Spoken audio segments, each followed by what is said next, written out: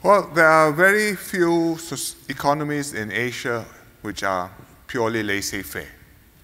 They are free market, they are competitive, open to varying degrees, but in all of them, the government plays an important role, setting economic policy, having social programs, and setting the international economic policy so that you have the economic diplomacy to conclude trade agreements in order to have the political framework and the institutional framework for trade, investments, capital, talent to flow.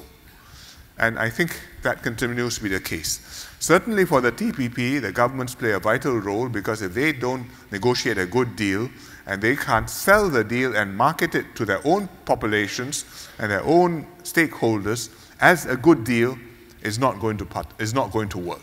And I would say that is true even in the United States. Because the USTR has the president fully behind him, but unless the congressmen and the senators are also sold, and they won't be sold unless there's a significant proportion of the population who support this, the deal is going to run into a lot of trouble in Congress, and we're going to have a problem. And having spent 4 or 5 years of intense effort, I think that would be a great pity, not just from an economic point of view, but really also from a strategic point of view, because the TPP's meaning is that we are linking the two sides of the Pacific closer together, stitching them together, and giving substance to the idea of the US being a Pacific power.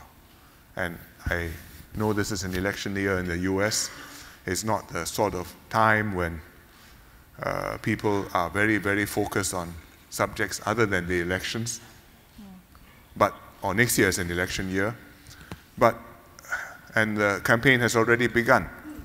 But I hope that in the midst of your preoccupations, there will be time to put in a good word for Asia Pacific, for free trade, and for the TPP.